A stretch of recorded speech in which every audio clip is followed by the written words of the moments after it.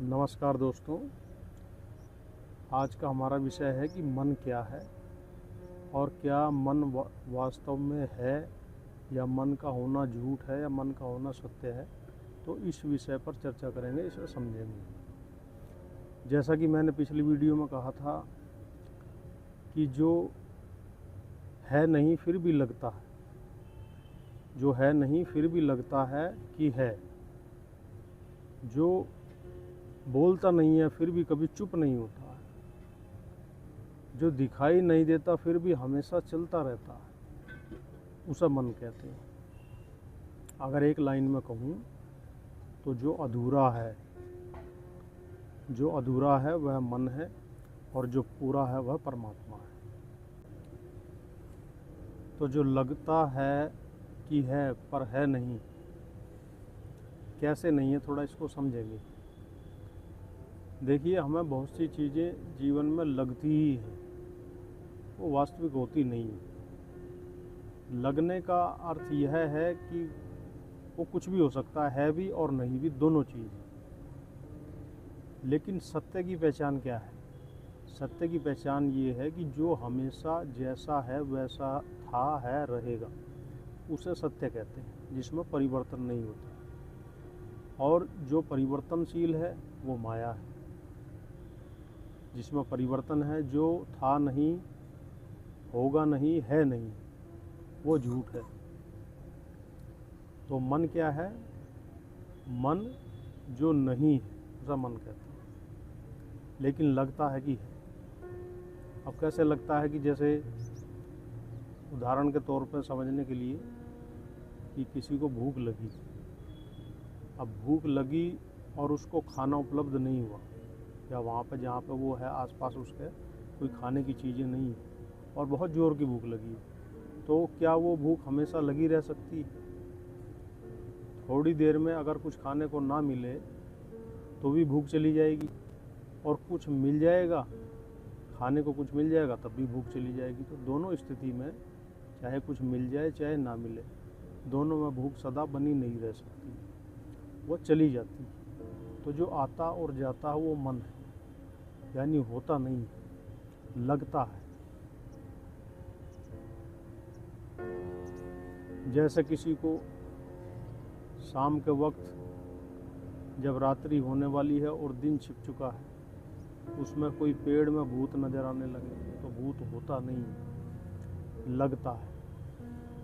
लेकिन जब तक उस सत्य को जान ना ले कि उस पेड़ में जो भूत दिखाई दे रहा वो है या नहीं, तब तक तो भूत का होना सत्य रहता है। और भूत से जो भय मिलते हैं, जो डर मिलते हैं, वो भी सत्य होते हैं। लेकिन जैसे ही जान लिया, पेड़ को पेड़ जान लिया, तो वहाँ से भूत समाप्त हो गया। ऐसे ही अपनी आत्मा की जब पहचान हो जाती है, स्वयं की जब पहचान हो जाती है, तो वहाँ से मन चला जाता है। मन का जो आधार है, मन का आधार क्या है? मन का आधार है मान्यता। हम कोई चीज़ें मानते हैं तब मन पैदा होता है। अगर हम कुछ ना माने तो मन पैदा भी नहीं होगा। मानने में हमारा सारा कुछ, जो भी जीवन है वो सब मानने में ही है, जानने में किसी का भी नहीं है। मानने में कैसे है? सबसे पहले तो ये हम अपने समाज को मानते हैं, अपने परिवार में जो रिश्ते नाते हैं उन्हें मानते हैं। उनके मानने से ही हमारे भी संबंध शुरू होते हैं। अगर हम उन्हें कुछ ना माने तो उनका कुछ होना नहीं होना हमें मालूम ही नहीं पड़ेगा। तो इसलिए मानना ज़रूरी होता है, क्योंकि अगर नहीं मानेंगे, किसी को अपना नहीं मानेंगे, तो भरोसा कैसे करेंगे किसी को? तो इसलिए हमें किसी पर भरोसा हो, हमें भय ना हो, हमें डर ना लगे, इसलिए हम किसी को अपना सर्वाइवल के लिए मानते हैं। लेकिन हमारे मानने में जैसे ही हम जीवन जीते हैं आगे, तो ये सब रिश्ते टूटते भी हैं।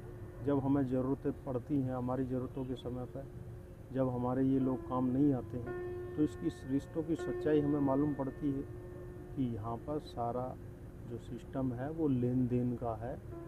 अगर आपको किसी से कुछ मिल रहा है तो वो आपका रिश्तेदार है, अगर आपको किसी से कुछ नहीं मिल रहा तो आपका कुछ नहीं है। इसीलिए यहाँ पर आदमी जब कोई किसी की मृत्यु होती है तो उस आदमी को कोई नहीं रोता, उसका सुख दुख को कोई नहीं रोता, सिर्फ इसी बात को रोते हैं कि अब इससे जो मिल रहा था वो मिलना बंद हो जाएगा। दोस्तों, तो मन के अगर पार जाना है तो अपनी मान्यताओं को गिराना शुरू करो। धीरे धीरे जैसे आप इन मान्यताओं की जांच करेंगे, इन मान्यताओं की जांच करने मात्र से ही आपको पता लग जाएगा कि ये मान्यताएं कितनी सच है। और वो रेगुलर लाइफ में भी आदमी को मालूम पड़ता है कि कौन उसका अपना है, कौन पराया है। जब तक आप किसी को कुछ दे रहे हो, आपके अंदर अगर कुछ दोष भी है तो वो ढक जाएंगे। तभी यहाँ संसार में बोलते हैं कि यहाँ पर बाप बड़ा ना भैया, सबसे बड़ा रुपया, क्योंकि रुपये से लोगों का जीवन चलता है, उनकी मनोकामनाएं पूरी होती हैं, उनकी इच्छाएं पूरी होती हैं। कोई मंदिर में भी जाता है या कहीं भी जाता है तो भगवान से सिर्फ एक ही चीज़ मांगता है, पैसा, कि मुझे पैसा मिल जाए। मोक्ष मुक्ति किसी को नहीं चाहिए। तो संसार में हर आदमी का शोषण करता है, चाहे वो आपका कितना ही सगा हो, कितना ही करीब का रिश्ता हो। यहाँ सिर्फ और सिर्फ लोगों को आप में एक ही चीज़ का इंटरेस्ट है कि आपसे उनको क्या मिल रहा है। जिस दिन आपसे उनको जो मिल रहा है वो बंद हो जाएगा, आपको इन रिश्तों की सच्चाई मालूम पड़ जाएगी। तो ये रिश्ते ही, जो संसार में हमारे रिश्ते हैं, समाज में हमारे रिश्ते हैं, ये रिश्ते ही हमारी मान्यता है। और ये मान्यता इसलिए भी है क्योंकि हमारी ज़रूरत थी। सर्वाइवल एक इंस्टिंक्ट पैदा होता है बच्चे में जब उसका जन्म होता है। तो गर्भ में अब माँ के गर्भ में बच्चा जो है गर्भनाल से जुड़ा होता है, सब चीज़ों का पोषण उसको वहीं से मिलता है। तो जैसे ही उस गर्भनाल से पैदा होने पर उसका संपर्क टूटता है, उस गर्भनाल को काट के अलग कर दिया जाता है, तो बच्चे के अंदर एक पहला डर उत्पन्न होता है अकेलेपन का, कि वो अब अकेला हो गया। ऐसा एहसास उसके अवचेतन मन को जाता है। उसको सर्वाइवल इंस्टिंक्ट बोलते हैं। यानी कि वहीं पे अपने बचाव के लिए एक डर उत्पन्न होता है कि अब मेरे को अपने सर्वाइवल के लिए कुछ करना है, और उसी कारण से बच्चा रोता भी है। तो ये सर्वाइवल इंस्टिंक्ट से जो है सेल्फ प्रोटेक्शन के लिए जो भय पैदा होता है, उस भय के आधार पर हम सब चीज़ों को मान्यता देते हैं। ऐसे नहीं देते हैं मान्यता, क्योंकि मान्यता क्यों मानेंगे? जब हमें कोई ज़रूरत है किसी की, तभी तो किसी को कुछ मानेंगे। नहीं, हर एक आदमी को तो कुछ नहीं मानते। संसार में जिन लोगों से हमें काम पड़ता है उसी को कुछ मानते हैं। अरे गहरे नथु खैरे को तो हम कुछ नहीं मानते। तो वो मानते हैं भय के कारण, क्योंकि मन का जो आधार है वो भय है। बिना भय के मन हो ही नहीं सकता। जहाँ भय है, अगर मन जांचना आपको, तो ऐसे जांचिएगा कि जहाँ भी आपको डर है, भय है, वहाँ मन है।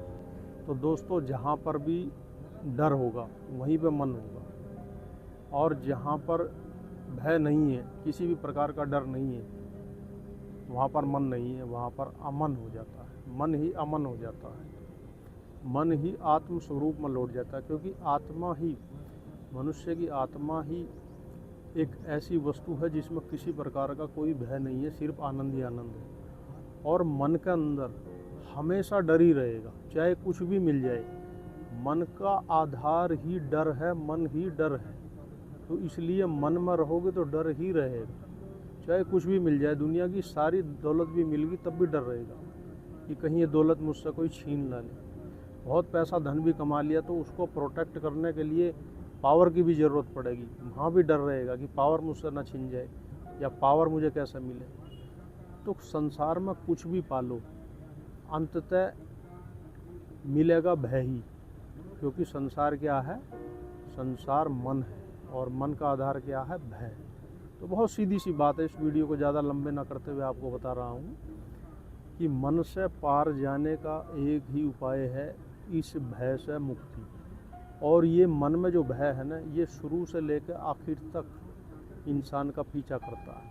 वो कौन सा भय है? सबसे बड़ा भय मृत्यु का भय। मृत्यु का भय, एक दिन मृत्यु आएगी, ये तय है, सबको मालूम है। तो ये भय किस में है? मन में है। क्योंकि आत्मा में तो कोई मृत्यु नहीं है, मृत्यु मन की ही होगी। तो मन की मृत्यु होने के कारण मन में ये हमेशा भय रहता है कि मौत के बाद क्या होगा, मृत्यु के बाद क्या होगा। तो जिसको आत्मज्ञान हो गया है या जो आत्मज्ञान की राह पर चला हुआ है, वही इस मृत्यु से बाहर हो सकता है, वही इस मृत्यु को जीत सकता है, वही इस मन का पार जा सकता है। और मन का पार जो है वो एक निर्भय अवस्था है, निर्गुण की अवस्था है, क्योंकि आत्मा में गुण नहीं है, मन में ही गुण है, मन में ही गुण होते हैं। अगर आत्मा में गुण होते तो मन का अनुभव कैसे कर पाते?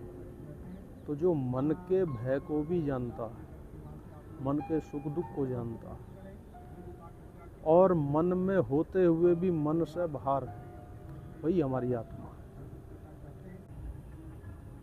तो दोस्तों, जब तक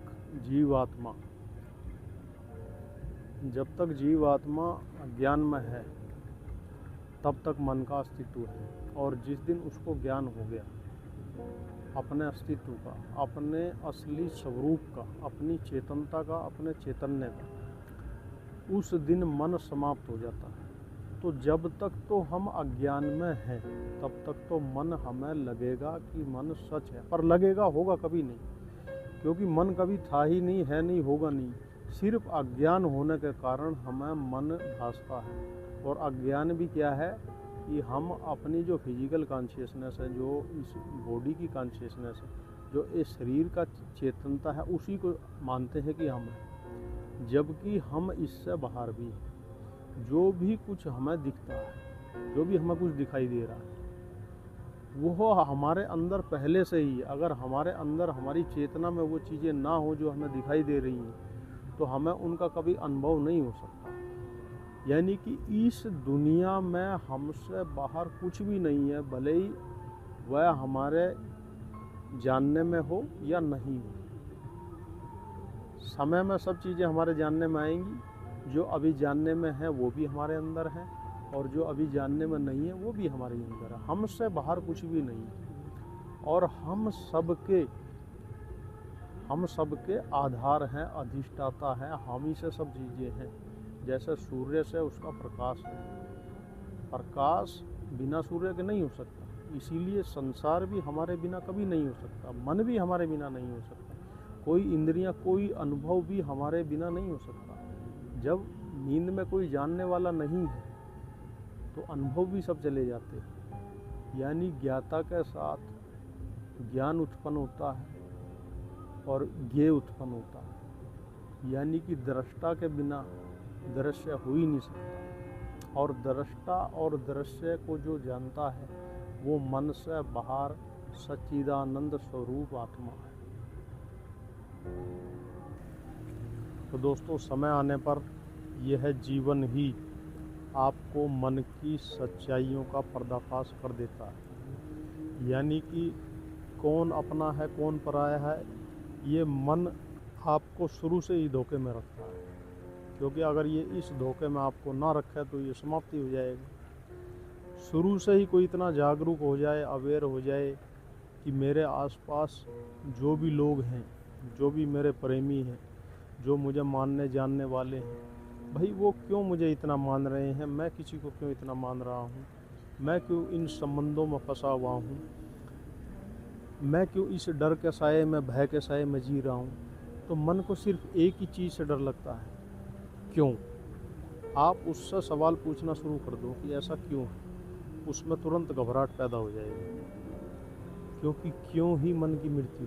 जिस दिन आपको इस क्यों का जवाब मिल गया ना, उसी दिन आपको परमात्मा मिल जाएगा। बच्चा पहले दिन से ही, जब से पैदा होता, जब से उसको थोड़ा संसार की होश, अवेयरनेस मालूम पड़ती कि दुनिया में क्या हो रहा क्या नहीं, अपना अस्तित्व मालूम पड़ता है, दुनिया का अस्तित्व मालूम पड़ता है, तो हर एक चीज़ पे वो क्वेश्चन मार्क ही लगाता है कि ऐसा क्यों है और वैसा क्यों।